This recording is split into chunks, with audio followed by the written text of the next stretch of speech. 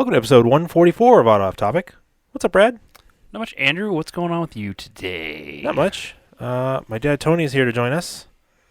Hi, Hi, guys. There you Hi, go. everybody. What's going on? If you want to hear my dad's car history, we went over it on way back in episode 34. 110 episodes ago. Yeah. That's crazy to think about. Air Supply, which actually, there's a lot of downloads in that one, so people really like that Because one. he calls it Air Supply. People probably thought it was songs. So we have my dad here today. He's going to help us talk about carburetors. Yes, we're going to talk about the magic device under the hood of most of my cars Yeah. that makes them run, or more accurately, not run most of the time. I've never owned a car that had a carburetor. Never? No. Even the first Volvo was fuel injected? Everything I've owned has been fuel injected. But We'll have to correct that at some point.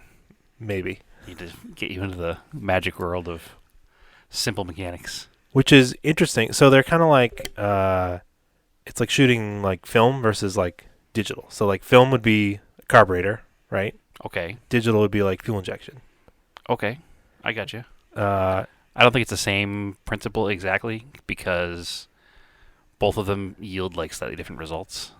Like film gives like a more natural feel to things. I guess. But what I mean, it's like analog. Yeah, maybe more like records versus MP3s. Okay. Yeah, there you go. That's Yeah. a better analogy. You know, like there's mechanical fuel injection, but we're not going to cover that. No, it's just In another Yeah. session. That's like a whole thing. I'll have to have Jordan over for that one. Yeah.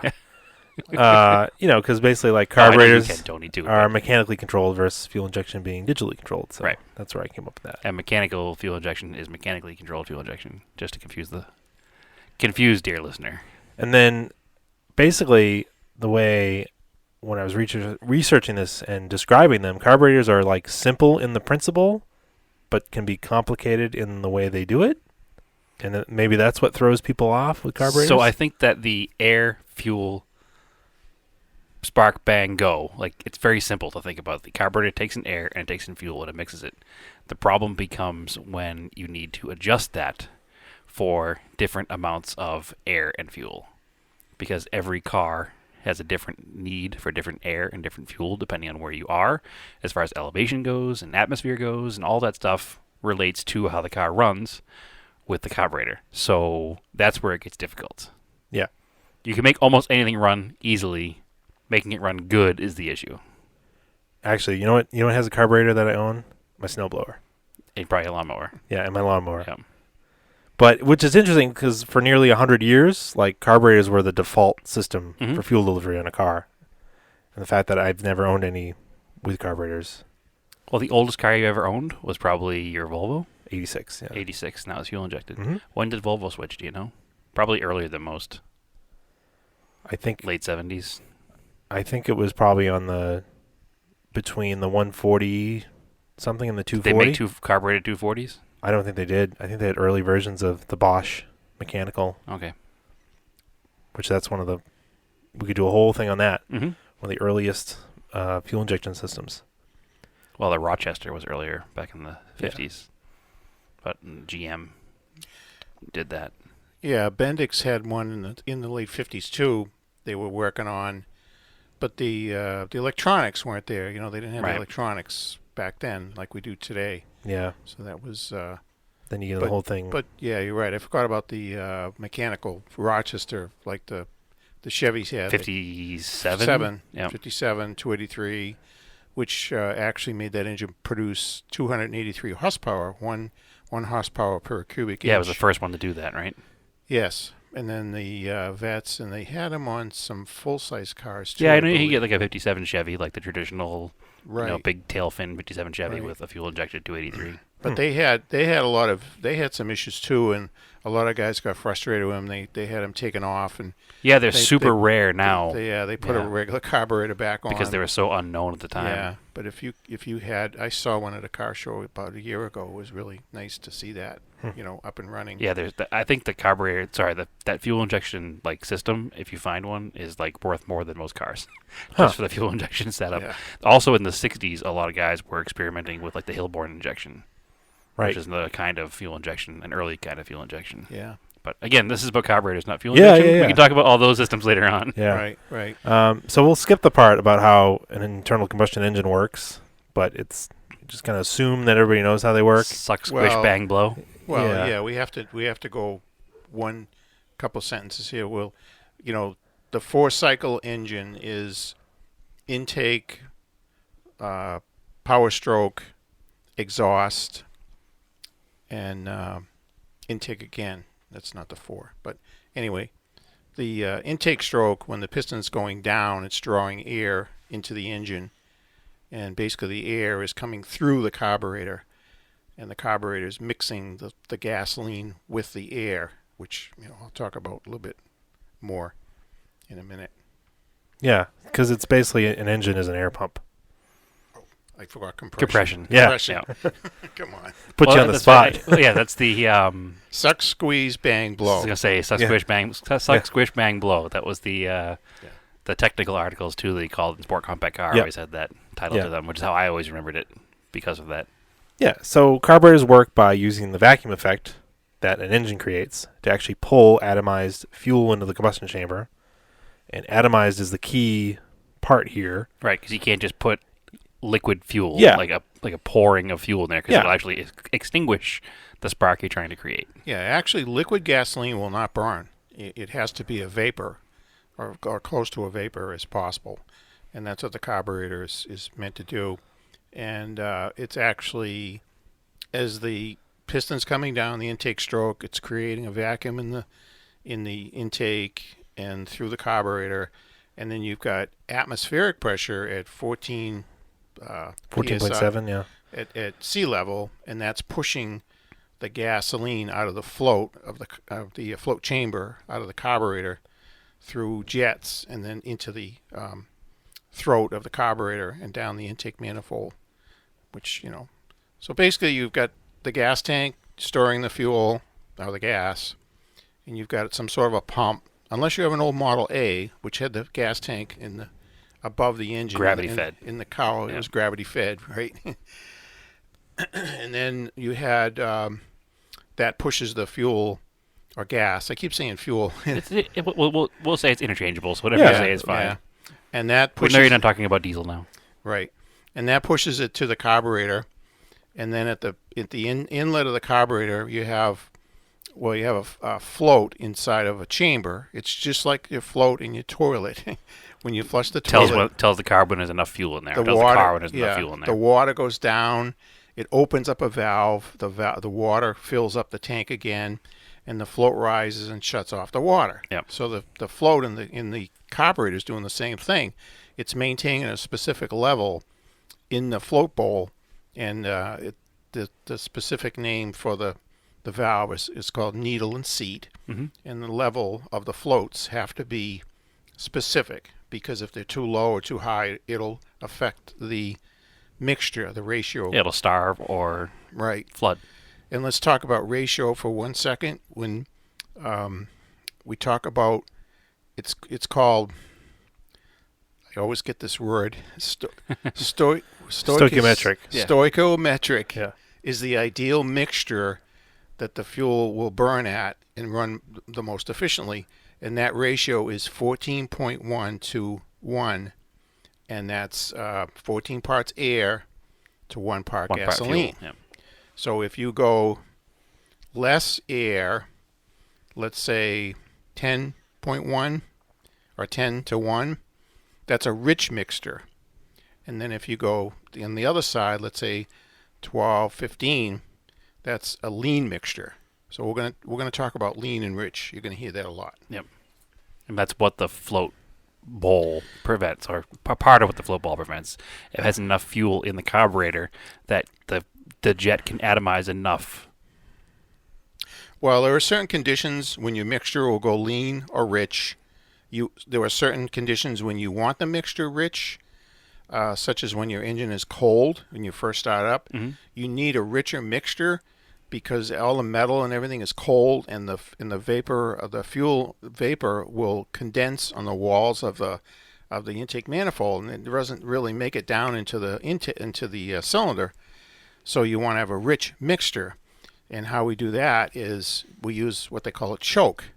And that is a valve on the top of the carburetor.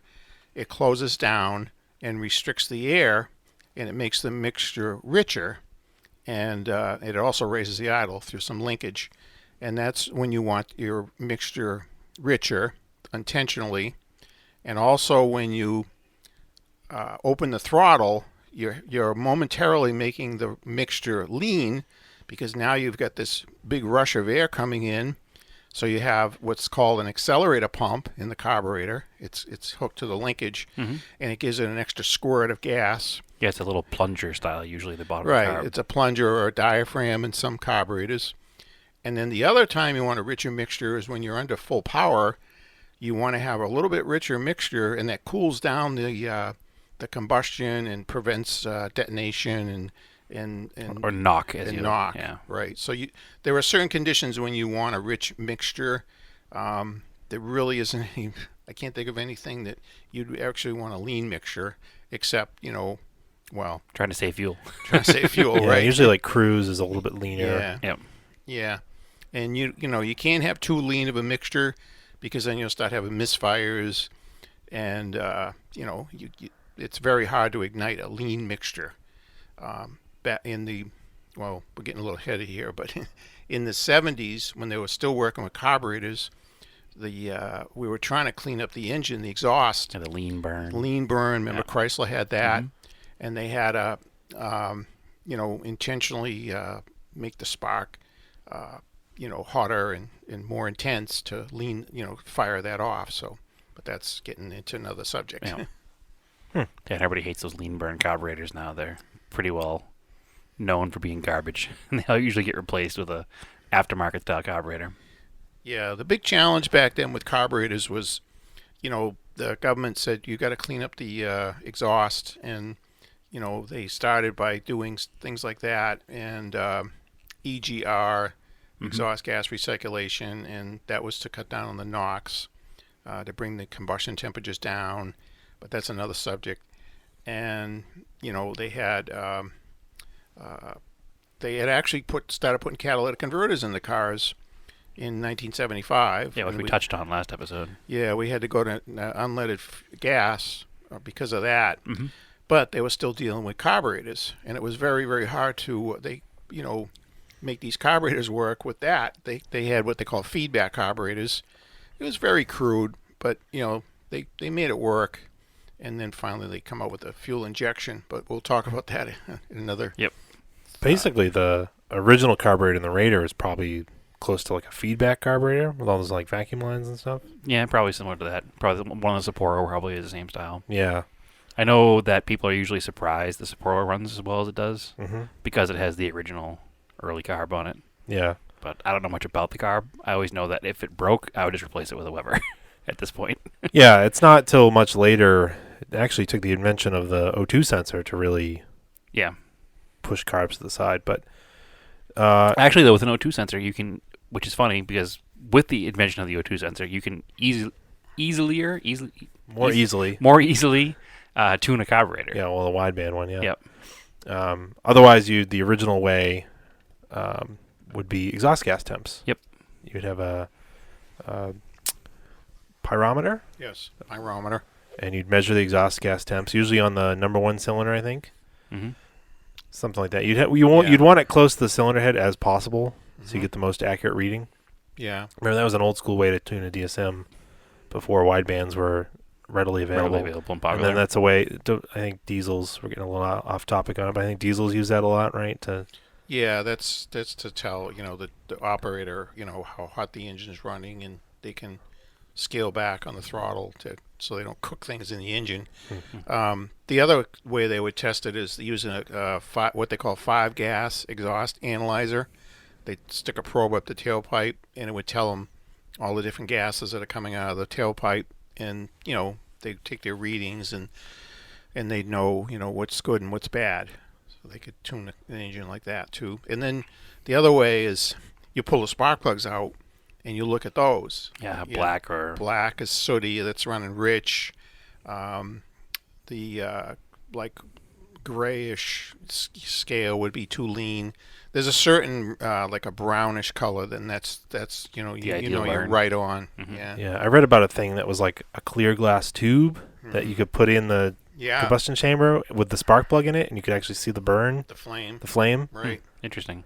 But what you described with the way carburetors were with the floats is kind of the way they were from the they kind of became that way Early on. early on, and then that's basically the way they've always been. Until now. Basically, they're all the same. Mhm. There's different manufacturers, different styles, but they're all work on the same principle. Well, in the beginning, they had what they call updraft, where the inlet of the carburetor was at the bottom, so it hung from the manifold. And if you look at an older car, an antique car, like a 30s car, the air would come up through the carburetor and then into the manifold. And there was reasons for that too. Sometimes they were having problems with the gas coming out of the carburetor and flooding the engine out. And then they figured that out, and then they went to the downdraft carburetor, which is the most common, which is what you see, today. And then they have side draft carburetors, like your motorcycles, or It's always a more performance oriented application usually. Yeah, like a British sports car. Sports car, what's Weber's, I guess. It's that makes it like a straight shot into the Yeah. almost into the right combustion chamber. Yeah. When you hear people talking about induction noise and stuff like that in old carbureted cars, usually they're talking about side draft cars Yeah. Yeah. because they make cool trumpets for them and stuff. And then you have, you can have a single barrel carburetor, which is just one, throat going down. It's a smaller engine. Then you come up to a 2-barrel, and that on a V8, one barrel will feed 4 of the cylinders, and the other barrel will feed the other 4 cylinders. Mm-hmm. And it's all done by the way the manifolds cast and in the routed. The way the air and the fuel flows through the manifold. Yeah. And then they have 4-barrel. I've actually seen a 3-barrel carburetor. I remember 3-barrel carburetors. They had the 2 primaries and one huge secondary barrel. It was very rare. I can't remember the car it was on though. I think it was a Chrysler too, actually. It was Yeah. Chrysler. I think can't it remember. was. Those weird things. And then because the 4 barrels, you had the 2 primaries. It would run on the 2 primaries initially, or most of the time, for fuel economy. And then when you wanted more power, you put your foot in it, and then the other the secondary throttles would open up, and you'd get more gas and air through those. And then you could have triples. You could have Three singles. three. Well, you could have 3 singles. Or 3 twos. Yeah. Yeah, you could have 3 twos. They call them a 6-pack in the Chryslers. Mm-hmm. The 3 singles were on like a early. They had setups for those for like the flathead Fords, the guys that were hot rodding those, and I think the early like Oldsmobile rocket engines had some of them. Probably like Stromberg's. I feel like that's Stromberg was the company that made the 3 singles. Yeah. Yeah. Or one of the companies, probably others too. That's the Yeah, famous that's one. like the well-known one. and it would run basically on the center one. That would be your primary, and then when you step on the throttle more, the other ones would open up, progressively, and sometimes the secondary on the 4 barrels would open up either mechanically through linkage, or they would open up by vacuum actuated, and it would depend on the demand of the on the load of the engine, and it would open the throttle up and let the more gas in the fuel. So It looks like Holley actually made an aftermarket 3-barrel carb for a while. okay, and then Carter made one. It was a thermo quad, and the actual body of the carburetor was made out of some sort of plastic. Like a phenolic plastic. Yeah. That was a Chrysler part too, actually. That was Yeah. that was to keep the heat down so the gas wouldn't Yeah, boil away. those are very hated in the Are they? aftermarket or the hot rod community. They don't like those carbs at all. Yeah, and then the hot rodders, they love the Holley carburetors because you can take those apart and rejet them and tune them and very easily. Yes. They're meant to do that. So those You can the change Holley, the jets. The Holley 3-barrel carb is a 950 CFM carb. Whoa. So that's like for like serious big block race motors. Yeah, Yeah. that secondary thing was huge. Yeah. Yeah, that was a Holley, huh? You say? Yep. Yeah. There's a lot of guys put them on big block Chevys Yeah. and big block Mopars. So it's a little murky, but when I researched like the first carburetors, it looks like from what I found, and I'm going to murder these names because they're Hungarian. They're 2 Hungarian engineers and inventors. It was like Donat Bianchi and Janos Sosnoka. Sonka, probably Sonka. Sonka? C-S-O-N-K. They invented the atomizing carburetor as we know it today, so with like floats. But then there's also reports that a float type spray carburetor was patented a year later by Wilhelm Maybach of Maybach fame. Yep. But before those, like the float type that we just talked about, that was kind of revolutionary for the carburetor. But I mean, it was revolutionary in 1893. And it wasn't like it happened. But in the 50s. it made the carburetor like a viable device because early vehicles were using like a brush type or wick carburetors. Okay. So they literally like it was a spinning brush, like a horsehair brush that would whip some fuel into the intake tract. That's amazing. To like atomize it. And obviously it's not very efficient. Or you had the wick, which basically worked on evaporation. So it was like a candle wick soaked in gas. And then the gas vapor would evaporate from the carb and the vacuum of the engine pulling the air over it. That sounds even worse. Yeah. So think of, like they're so inefficient. So then when... I like the idea of watching like this broom just sweeping gas into an engine, though. Yeah. It's pretty good. It reminds me actually of the way early engines, up until the early 50s, were fed oil. Yeah. Like they literally just have a spoon on the crankshaft that goes into the oil pan and flings oil onto the engine parts above it in hopes that they get covered in oil. Yeah. Yeah, the connector rods, they would dip into the oil and lubricate the... Yeah, they Rod literally bearings like was that. literally like a spoon, just flinging. Like picture like a kid like trying to eat his peas and like flicking them at you. That's what the engines did inside. Yeah. But then, of course, so we've described the way the float carburetor works, but to try to like make it as simple as possible to understand the way a carb works is to picture it like an hourglass shape, where the hourglass part pinches down is called the venturi, Okay. and this works on Bernoulli's principle. And this is what it's as a fluid speed increases, it decreases, its pressure decreases. Remember, air is also a fluid. Right. There's fluid dynamics in air. This is also how planes fly. Right. Yeah, exactly. Air flows over the wing, slower over the top, Than the but bottom. faster under the bottom. Yep. Because it has to go further, so it's slower over the top. So you create low pressure on the top, a high pressure on the bottom. So it creates lift. It creates lift. Not sure how helicopters work, but probably the same way. No, Yes. the rotors are shaped like that, Yeah, too. I know. Yeah, it was a sarcastic joke. And Serious, Tony. yeah. Serious. So where the venturi cinches down, it creates like low pressure. You can literally watch that in an Yeah. hourglass because you can watch the sand goes slowly into the pinched area. Yeah. And once it comes out the bottom, it goes in like a triangle spray pattern almost. It doesn't just dribble straight down. So like my dad said, with the suction of that and then the atmospheric pressure outside, it helps push fuel into the carb from the bowl. Right. And then, of course, after that, then it goes to the jet. your jet is what regulates how much goes in. Also usually has the atomizer on it, does it not?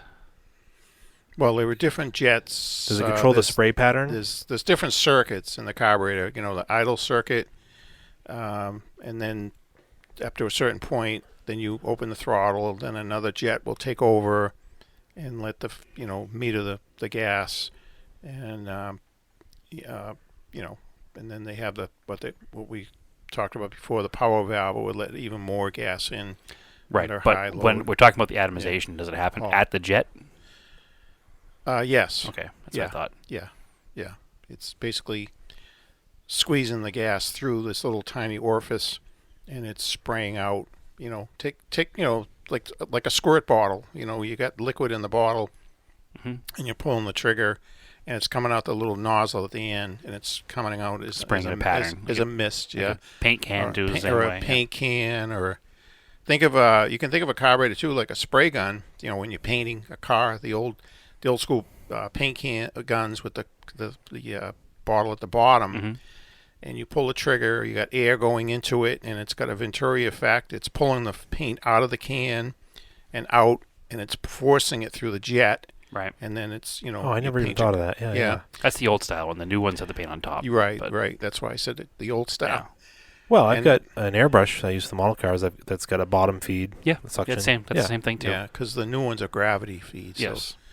And then think of another thing analogy you can think of is if you have a drink with a straw, and you you pull a suction on the straw with your mouth, and then the air pressure around it is pushing on the fluid, and that's what actually is pushing the fluid up the straw. Mm-hmm. So it's kind of the same as like a carburetor's working. Yeah, or too. like putting your thumb over the hose to make it, Spray in a different pattern. or like just it's just kind of dribbling out of the hose, and then you put your thumb over it because you don't have the nozzle. Right. You can get a fake nozzle out of it. So your thumb becomes the jet. Yeah. Yeah. Interesting. Yeah, so the different jets have different size holes in them, basically, Yeah, to create different air-fuel mixtures and different atomization patterns. and that's how you would tune a carburetor. Yeah. Like I mentioned before, the Holley carburetors, you have a kit with all these different size jets, and you open it up, take a jet out, and you say, oh, I want to go larger or smaller. Yeah, it's running too And lean or it's running too rich. Yeah, and you could change the jets, very easily, and then have change your mixture. But then you'd set idle through like screws. You wouldn't really change the jets for that. Correct. Yeah, you have screw adjustments for those, and then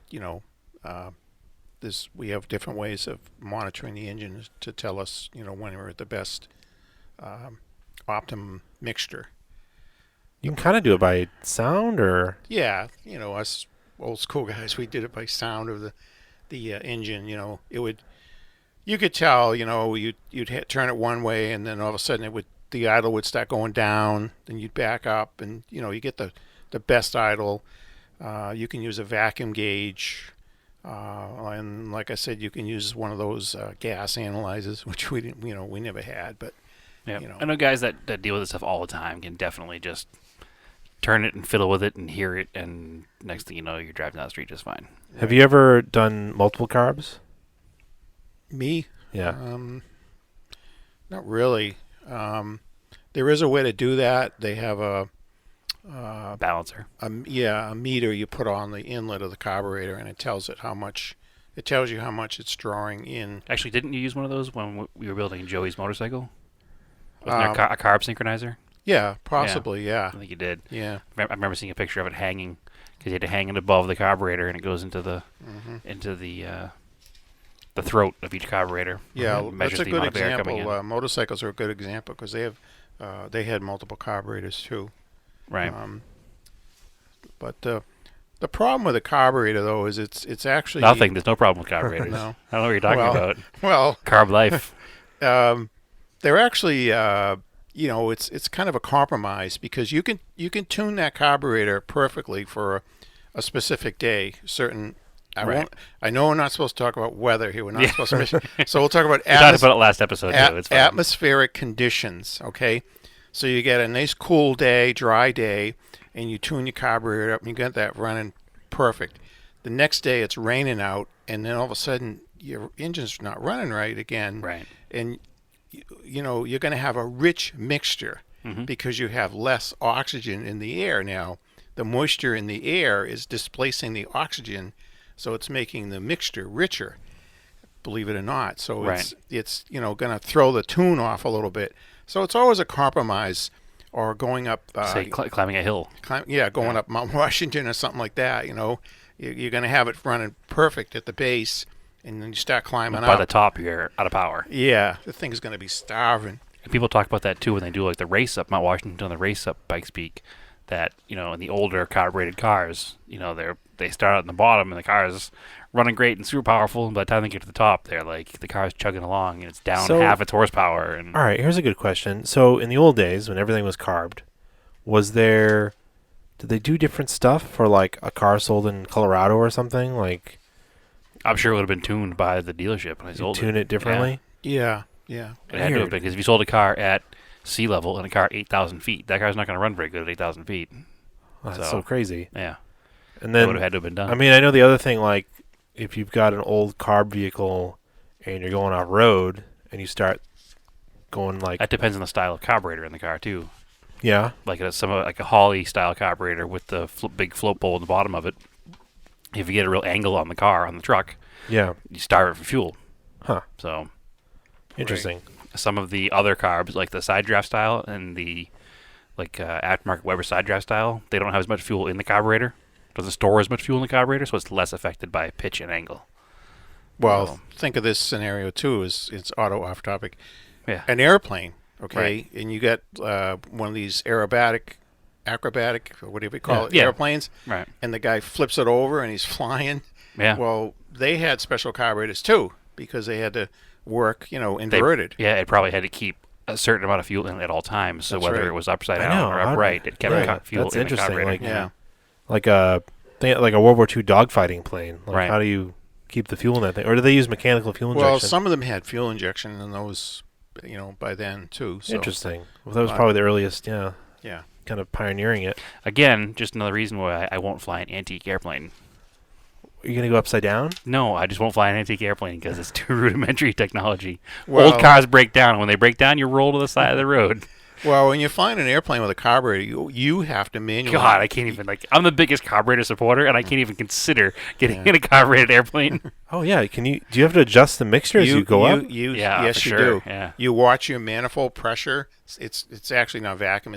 We call it manifold pressure, and you adjust it and so on. And yeah, you have a lever in the cockpit, and you're adjusting Horrifying. the mixture, and you're doing all kinds of stuff. while you're Horrifying. flying. Most people have a hard enough time if you give them a manual choke, let alone Yeah. So Yeah. adjusting the okay. mixture. So when did like the electric choke start to come out? Was it Oh, that's a good question. I saw probably that, 50s. I saw that somewhere. probably on luxury cars, right? No, on a lot of cars in the 50s.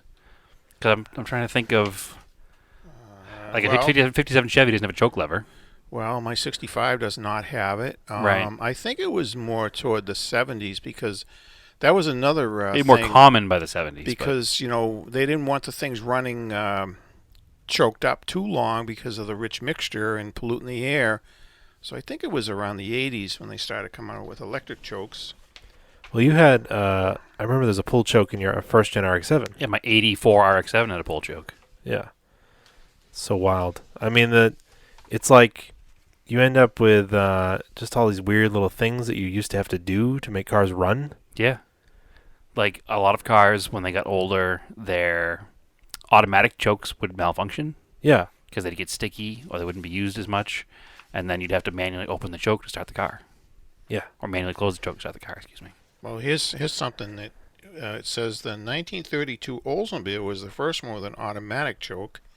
All right, but that had the little thermostat in there. And then I'm trying to look and see if. Oh, here it is. Let's see. So basically, the other thing about carburetors too, what were you gonna say about the choke?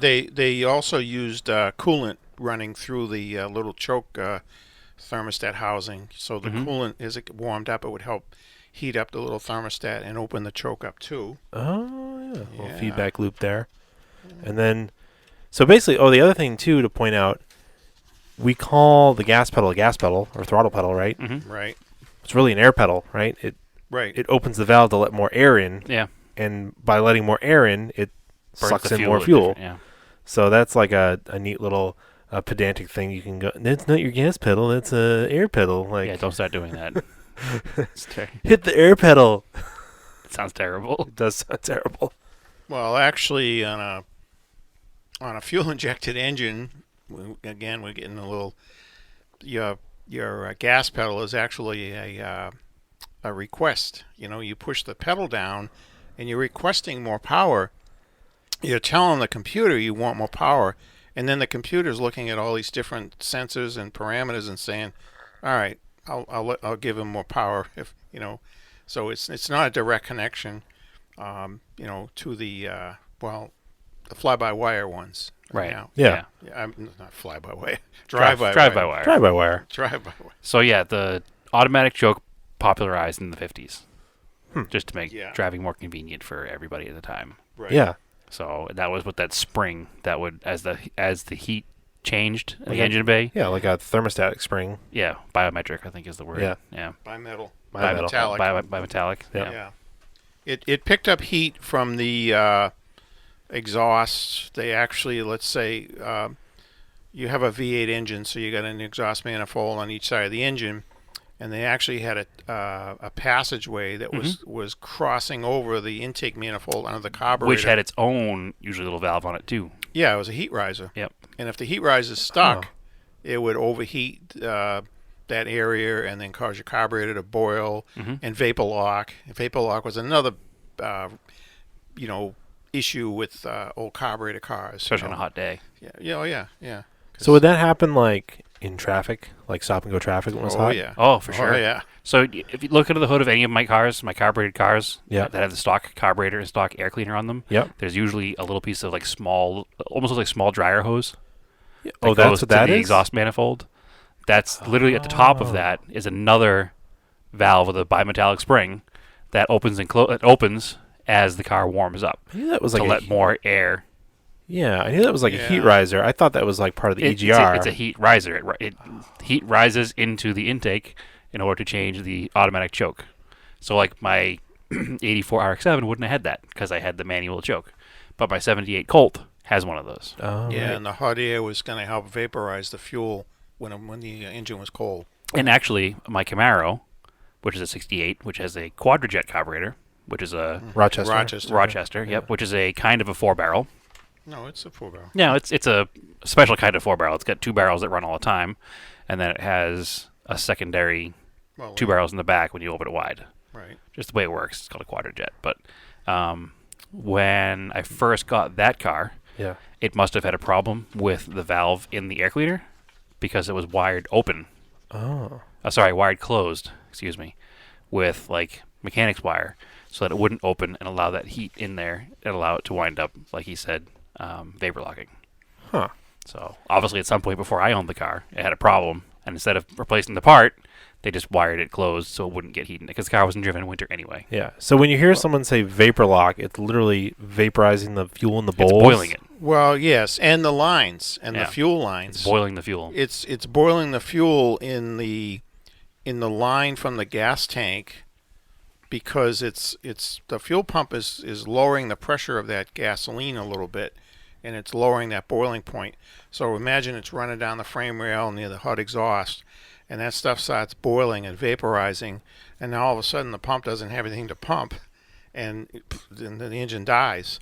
So you have to pull off the side of the road, let it cool down, or get some cold water.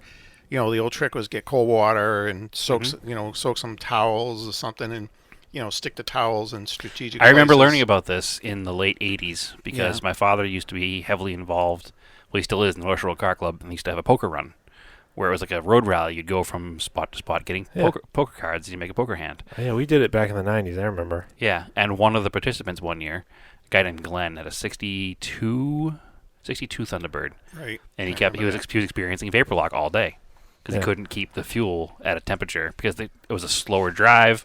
It was in traffic. The car would stop and idle a lot, and the car would just die, and then it'd wait for it to cool off before you started it again. And it happened all day long. Wow. That sounds That's how I learned infuriating. about it. Yes. Well, again, there's probably a simple fix for it. Could be that valve in the air intake, or could be something wrong with the choke. Yeah. Could be it's heat soaking for some reason. It's not a hard fix usually, but it's annoying when it happens. So all these problems went away with fuel injection. And then new problems came up. Yeah. Actually, we were told by a friend of ours, a listener, actually, Chris.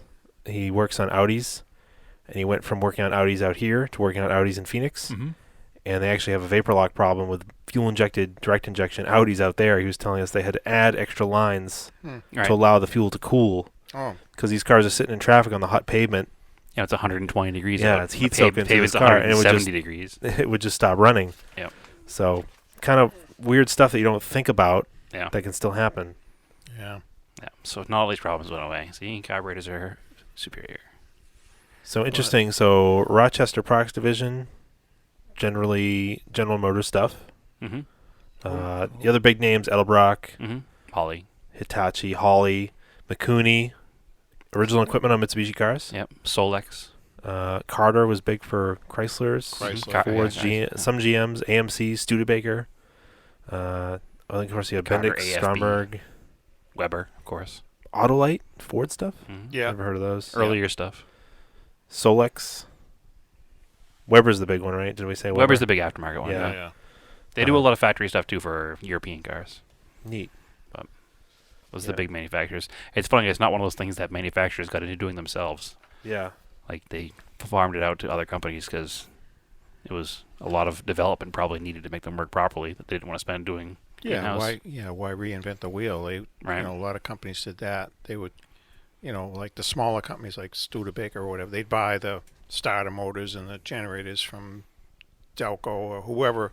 They Right. probably put out a bid, and whoever was the lowest bidder, Right. they would get the stuff from Well, them. I can remember, again, back in the 80s, my father had a Jeep, and it was an 87, so it was an AMC-owned Mm-hmm. Jeep at the time. I remember it had like a GM steering column and a GM heater control unit, but it had a Ford Right. ignition and whatever it had. It was a Chrysler computer, and there was just so many things from so many different vehicles to make that one car run. Just Yeah. they bought the supplies from the OEMs, the same suppliers as the OEM, but they just wound up being Right. So let's talk about rebuilding a carburetor. What happens then? So you take the carburetor off, and obviously you empty it out. You take it apart, and because they start leaking air or fuel or both. well, yeah, and Yeah. they get gummed Gummed up, up, sticky. or let's say the needle and seat starts leaking, and it starts flooding out. Or sometimes the float will get porous. It'll get a hole in it, and it'll drop. So now you've got this rush of gas coming in the carburetor all the time. Mhm. So basically, you take the carburetor apart and, strip it down, and they have carburetor cleaner. You dip it in this chemical, let it soak, and you clean it out and get all the gunk and stuff out of the jets. Especially with the new gasoline today, the ethanol in the gas. And Yeah, if it you let sits, it gums up sits, real it bad. gums yeah. up. All the antique cars, and they sit over the winter or whatever. So then you, Which is why you should put stable in your car when you store it for any length yeah, of time. Yeah, so you take it all apart, clean it all up. Then you get a rebuild kit, which gives you the gaskets, a new accelerator pump, a new power valve. I remember doing these, a new needle and seat. Excuse me. And then you adjust the float. You make sure the float level's, okay. You test the float. You drop it in some water and make sure it floats. Make sure it rises, yeah. Yeah, or you shake it. If you shook it and you hear stuff inside of it, it's junk. The old brass floats. They were put together with solder, and a lot of guys, would empty them out and they'd resolder them. They'd be fine. But then they had these composite floats, or for some reason they go bad, so you have to replace that. And then you put it all back together, put it back on the car, and tune it, tune the jets, the idle jets, and all that, and make it work. So It's kind of a big, scary thing. It's not really that big and scary, as long as you methodically take it apart and methodically put it back together. right. Just pay attention. Yeah. Take pictures, and Yeah, and do it all the same day. Don't take it apart and let it sit for a week. And Well, try this to go is back like to it again. where like a tune-up probably comes from, where you actually had to like tune up a car, like Yeah. plugs and wires and like checking the carb settings actually made a big Well, a tune-up difference. used to be a lot more than just the engine. You Yeah. had to go in, you had greasable fittings, and you had all kinds of stuff you had to do every so many miles. well, a tune-up would be changing the points, the ignition points, Condenser. a condenser, and you have to adjust the gap, and then you do the cap and the rotor, sometimes the wires, definitely the spark plugs, and then you check your timing. Well, you first you have to check adjust the points. You have to have the correct gap, and then you set the timing, check the timing, because as the points wear, it will affect the timing. The dwell. The dwell, right? And then you would adjust the carburetor last, and you always want to. I always used to put the air filter back on when I would adjust the carburetor, because it would just be enough restriction of the air coming in the carburetor to make a little difference. And then you put the transmission in drive. If you have an automatic, you want to make sure it's not either too low It stalls where out. it's going to stall, or Yeah. too high where it's going to like Lurch. take the car apart, or take the car forward, or bang in the gear and all that. So you want to make sure you get the idle right, and different things. So Yeah, I learned early on about points. Yeah. Because with my Camaro, I remember changing them on the side of North Street in Salem because the car just stopped running one day. And it was the points to just worn to a point that didn't work anymore. What's Yeah. so when we were talking about yesterday at Cars and Coffee, a car dieseled, Yeah. yes, is that from the Ye- carb like running on? Yeah. yes, there was nothing to shut the gas off when you turn the ignition off. Well, you shut the spark off, but if you had a A little mechanical fuel pump. if you had a little hot spot in a cylinder, like a piece of carbon, or if the engine was idling too high when you shut it off, it would actually, what we call diesel, it would run on. It kind of like Yeah, it ran on compression. right. Well, it's still sucking the gas in. There's nothing to shut the gas off. Today, with the new cars, you're doing two things. Well, you're shutting the electric fuel pump off, and you're shutting the injectors off. So there's no fuel going in the engine. These older cars, the mechanical fuel pump is actually run by usually the camshaft. Right. So if the camshaft's spinning, it's pumping fuel. Right. Yeah, and then the engine's So it's pulling hot enough. air. Yeah. Mm-hmm. If the throttle valve's open a little bit enough to get air, it'll literally run on like a diesel. And honestly, Yeah. I've never. Embarrassingly enough, most of my cars will do this from time to time. I heard one the other day. I think it was one of the old cars we were tinkering with the other day, and I said, "Oh boy, that brings back some memories." Yeah. So what we used to do is leave it in drive. Right. So it would, if an automatic transmission, Mm-hmm. it would put a load on the engine, and then it would kill it. Right. It would slow it down enough to stop. Or it if from you had a spinning, standard transmission, you put it in gear, let the clutch out, boom, and you stall it. which is generally what I do. Yeah. So In because the- you don't want it running on like that, it's really it's raising hell with the timing chain. It's bouncing that around. Yep. And really going crazy. Yeah, I've gotten to the point where usually with an old car, I will do one of those two things out of habit. Whether it's going to diesel or not, I'll kill it with the clutch or I'll kill it with the transmission just because I don't want to deal with it. Yeah, it's not good to Interesting. let it do that. And then you get that really bad smell afterwards after it did that. I don't know, I never let one go long enough to smell any difference. Yeah, it's Usually I just kill it you quick. can notice it. Huh. But Um, yeah, because my Camaro will do it from time to time if it's really hot. mhm. The Colt will do it if I shut the Colt off after like a long highway run where the temperature's a little warmer. Yep. It'll definitely diesel. Now in the 70s, they actually had a little solenoid valve. when you- Anti-dieseling valve. Yeah, when Yep. you start the engine up, this little plunger would come out and raise the idle up to the normal idle, and then you drive around all day long, no problem. And when you turn the key off, that solenoid would pop back in, and it would drop the idle down to the minimum, like maybe 400 RPM, and it wouldn't be enough to make the engine diesel. And that was their way of correcting that. Getting around it. Yeah. So there was all kinds of issues with carburetors and Yeah. Well, stuff. I remember being in high school, and in high school I had a 1985 Cutlass that had a 2-barrel carburetor. And I remember some winter mornings have to pop the hood, take off the air cleaner, jam a screwdriver down the carburetor, open up the choke, or close the choke, and Mhm. it was the only way to make it work. Yeah. Just because it was old and I didn't know much about it at the time. But I knew that sticking a screwdriver in it would make it start. All right. I have a question for you. Trivia. For who? Both of you. Okay. I don't know if maybe you didn't read the notes, but I play haven't along. I haven't read all the notes yet. What was the last car to have a carb in the U.S.? Commercial vehicle or car? Car. Okay. One of them was the 1991 Jeep Wagoneer or something. Yeah. Is it a car? Is it a car though? I think SUVs went later. Well, Yep. That's a small SUV. That's pretty late for that. Okay. But what 'Cause about I know a my car? '88 Raider had a carb. What about a car though? Well, it was a holdover car. It was probably an American car, Okay. GM, something GM. like a Caprice, because the Caprice Classic went to like 92. Nope. I had an 80 Citation which had a carburetor. That was 80 though. That's way early on.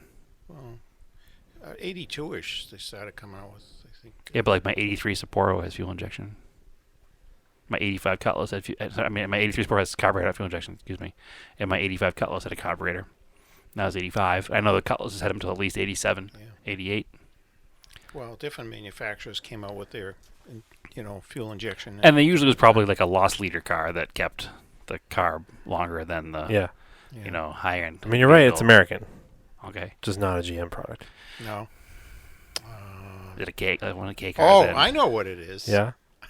The Crown Vic Yeah. police car. Yep. Oh, okay. 1991. I cheated. I read that earlier. Oh man. Not on your note, on the other notes I had. Oh, okay. Yeah. Yeah. All right. Well, that's kind of like Ford's Caprice. So. Yeah. Basically. Yeah, I figured it'd be a Caprice, or maybe my logic for the Caprice was the fact that it went to like 92 Yeah. as a fleet car Mm-hmm. for taxi service, police service, detective service, whatever. But I think at that point they got LT1s, Caprices, or they're using throttle body. Yeah, they definitely use throttle bodies. I know Yeah, that. they're using throttle. But I didn't know if the whole line did. Again, Yeah. I figured that the normal civilian model would have fuel injection. Probably very similar fuel injection to what your Blazer has, TBI. Yeah. But maybe there was a cheaper version that was meant for Yeah. taxi service that had a carburetor. How about the last truck? Commercial truck or like normal, Like a light passenger truck? Was it the GP said earlier? No, even later than that. Mitsubishi Mighty Max, like 94. Oh, Mazda. Not a Mazda. Was that Japanese mini truck? Japanese mini truck. And it wasn't a Mazda or Mitsubishi? Well, that leaves Nissan, which wouldn't have had it because those are K24s. So probably a Zuzu Pup. Yeah, 94 Isuzu, like a base model. Yeah. Came with a 2-barrel carburetor. Yep. Wow. All the way till 94. Yep. This doesn't seem too out of the norm because I remember Jeeps had carburetors up until the early 90s. My Raider had a carburetor in 88. Yeah. I know the Mitsubishi Mighty Max And had a then carburetor pretty late. for a long time, when the switchover was happening, it was easier to put a throttle body because Right, you because could it keep bolts in place of a carburetor. yeah, you could keep the Right. architecture of the engine the same. Well, that's why I talk about like your Blazer has the TBI on it, which it basically looks like an electronic carb. Yeah. Which, funny enough, now Holley makes a system called the Yes. I forget the name of the Holley system, Yeah. but basically it's a fuel injection setup that bolts to the car. Yeah. It It uses the goes- stock intake manifold. It looks like a carburetor, Yeah, and then you weld in an O2, and it's but it's a fuel injection. Yeah. it's pretty cool. It's really cool. Yeah, Yeah. it's very neat. Um, I wish they made a 2-barrel version of it for like an older 4-cylinder car. they do. I think they do. Do they now? Yeah. Because I was looking at it for the Pontiac.